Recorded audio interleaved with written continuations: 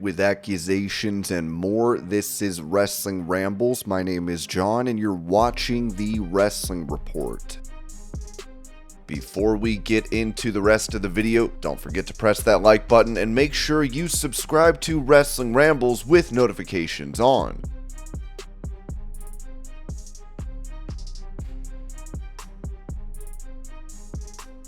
Going over a new deal signed in AEW, Ringside News noted that much in pro wrestling has received a new spotlight in recent memory, but that news came out of WWE. This included hiring for a new director in that department. Now we have an update on AEW's current intentions for their music. Amid growing speculation about the future of WWE's music department, one key figure has committed to staying with All Elite Wrestling. According to Sean Ross Sapp on Fightful Select, AEW's music producer Mikey Ruckus has signed a new deal with the company, ensuring his continued involvement in AEW soundtracks. Mikey Ruckus, who has been with AEW since 2019, is responsible for creating some of the promotion's most iconic entrance themes. Many fans have praised his ability to tell a wrestler's story through music, something he was doing years before AEW opened their doors, as he grinded on the indies as a music producer. As rumors circulated about WWE's search for fresh talent in their music department, it was confirmed that Ruckus recently renewed his agreement with AEW, dashing any speculation about a possible move to WWE. In addition to producing a wide array of AEW themes, Ruckus has also crafted music for wrestlers outside the company. His work includes orchestral and 8-bit versions of AEW themes, showcasing his versatility and influence in the wrestling music scene. Ruckus's decision to remain with AEW solidifies his role as a key player in shaping the company's distinct musical identity as it continues to grow.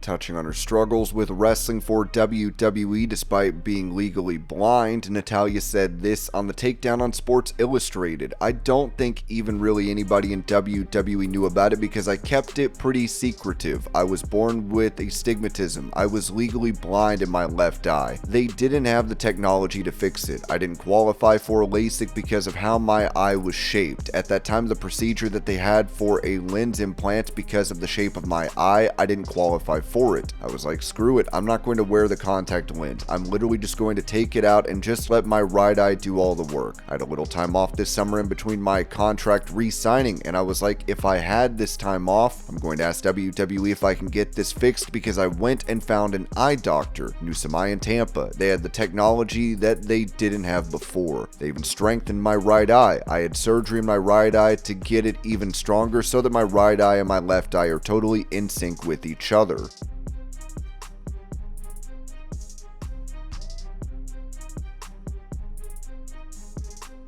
Reflecting on his decision to re-sign with AEW, Daniel Garcia told Uncrowned, "I feel like I'm a conqueror, but if you look at the facts, I've never been in the main event of a pay-per-view. I've never won a title. I haven't solidified myself as a top guy in the company. Nobody really knew anything because I did not say anything. When I see Konosuke Takeshita getting a shot for the international title, that gets me excited. Private Party wrestling for the tag title, that gets me excited. Whenever Top Flight is a big match on Dynamite, that gets me hyped. I love being involved with the young talent. I love talking about ideas, wrestling theory, and receiving advice. I remember weeks ago I was sitting at the monitor and it was me, Will Ospreay, Swerve Strickland, Mercedes Moné. I was just looking around and I'm like, man, everybody's watching the monitor. Everybody's hyping up whatever is on TV right now. These are the people that I want to be at war with. It's just the trust that I have with people at AEW. I look around to the left and to the right of me and I feel like I'm surrounded by people that I want to go to battle with."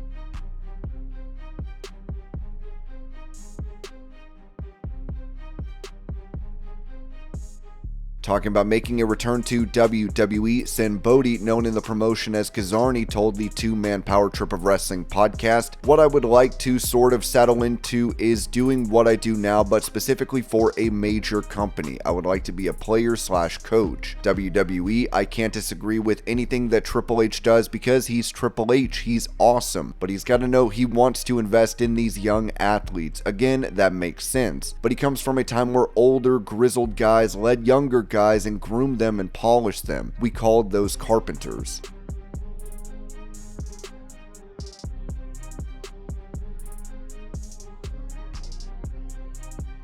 Following his loss to Jon Moxley at AEW Wrestle Dream, this was said regarding Bryan Danielson's status with the promotion, as Ringside News wrote that Fightful Select reports that Bryan Danielson's full-time wrestling career is essentially effectively over. AEW hopes that Danielson will be able to compete periodically when he feels ready and also resume other responsibilities. There was speculation about whether his comments regarding his health were part of a storyline, but sources confirmed that they were genuine. By the time of the match against Moxley, Danielson felt he might have overexerted himself in the matches leading up to the Wrestle Dream pay-per-view. Regarding his contract status, Danielson has been working for AEW without an official deal for several months and currently has no non-wrestling contracts, making him a free agent without any commitments to AEW. A return to WWE is not anticipated, as Danielson doesn't envision going back to WWE. Before any of this happens, Bryan Danielson plans to address his neck issues through surgery.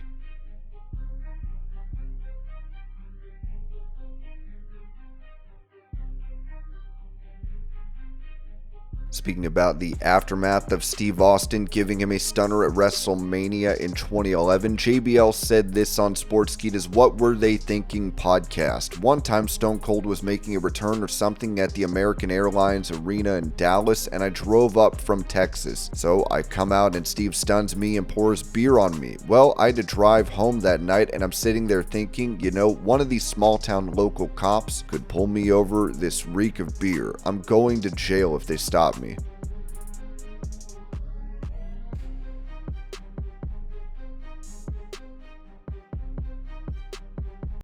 Here is the behind the scenes of my date night with Daddy Dom, as promised. I'm just getting ready here. Hi, Rhea. I know you're watching. Look at how good Daddy Dom looks. This is the Golden Knights hockey game in Daddy Dom City. He spared no expense to show me the very best time ever. Look at how good he looks. Are you kidding me? That hair, that mustache. Look at his outfit. He's just so perfect. Here we are doing some media. We really didn't want to, but they asked, so us being the charitable kings and queens that we are, we obliged. We even wore matching shoes. Guys, that wasn't even planned. How in sync are we? And now the game's about to start. So excited. This production was so incredible. Look at how happy Dominik looks. I love to see him so happy like that. It just brings me to smiles. Here, Daddy Dom is telling me to crank the siren. I think he told me to crank it a little bit too long. He said, crank it till you make it, babe. He's such a little jokester. My goodness, he's such a prankster. And now we are throwing some t-shirts to the crowd. You guys, Daddy Dom is so athletic. He has such an arm. I just wanted to watch him throw the t-shirts all day. He just wanted to watch me throw them. He snuck some WrestleMania tickets in one of the shirts to a very lucky fan. Daddy Dom is so romantic. I'm so lucky.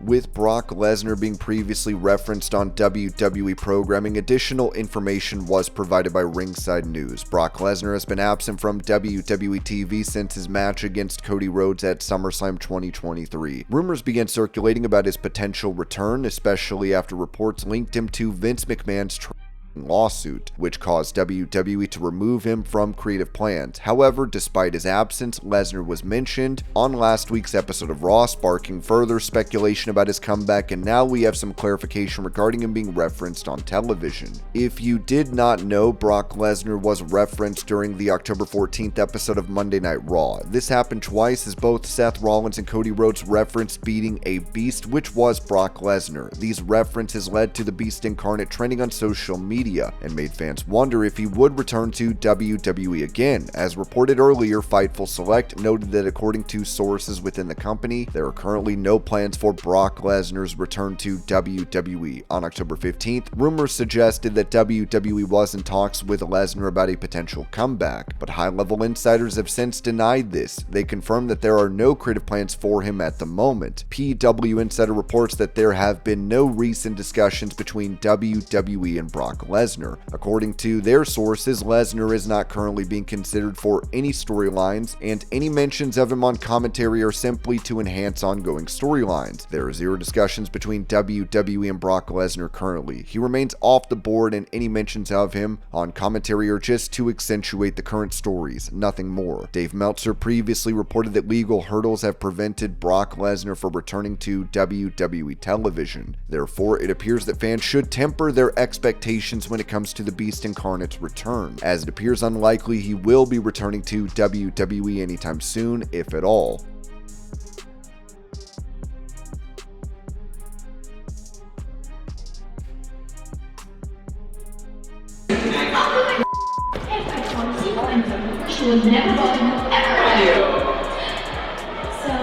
He ruins everything, every single time. Every single freaking thing.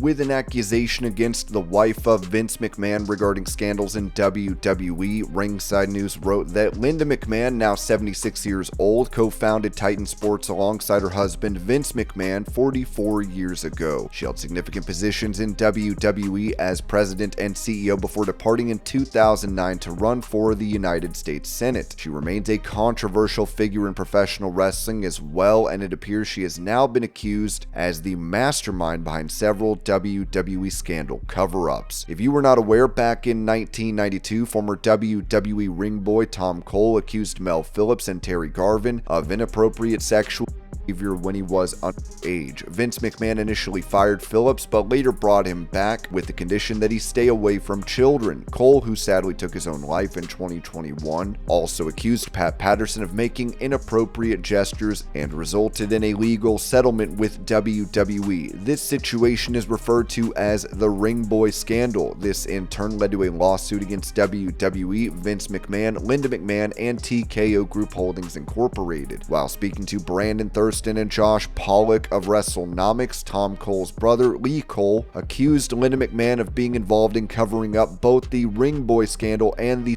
assault of Ashley Massaro. He described Linda as a master of cover-ups, explaining that on the last day of a crucial board meeting, Vince McMahon left the room telling Linda to take over. Lee claims Linda was responsible for managing his brother's situation and was deeply involved in the efforts to conceal the Ring Boy scandal. According to him, she also played a role in the cover-up related to Ashley Massaro. Lee contends that this pattern of behavior has been a consistent practice over the years. Linda McMahon is the master of the cover-up. What Vince did is Vince walked out of the boardroom that very last day when everybody was meeting there, and he said, "Linda, take over." Linda took over. Linda was in charge of my brother. Linda was in charge of covering up the Ring Boy scandal. Linda was in charge of going out and finding people. She was part of it, just like she was part of many other cover-ups. Then it went to covering up for Ashley Massaro. This is what they've done over the years. And this was your pro wrestling news update. I hope you're all having a great day. Thank you so much for watching, and I will see y'all later.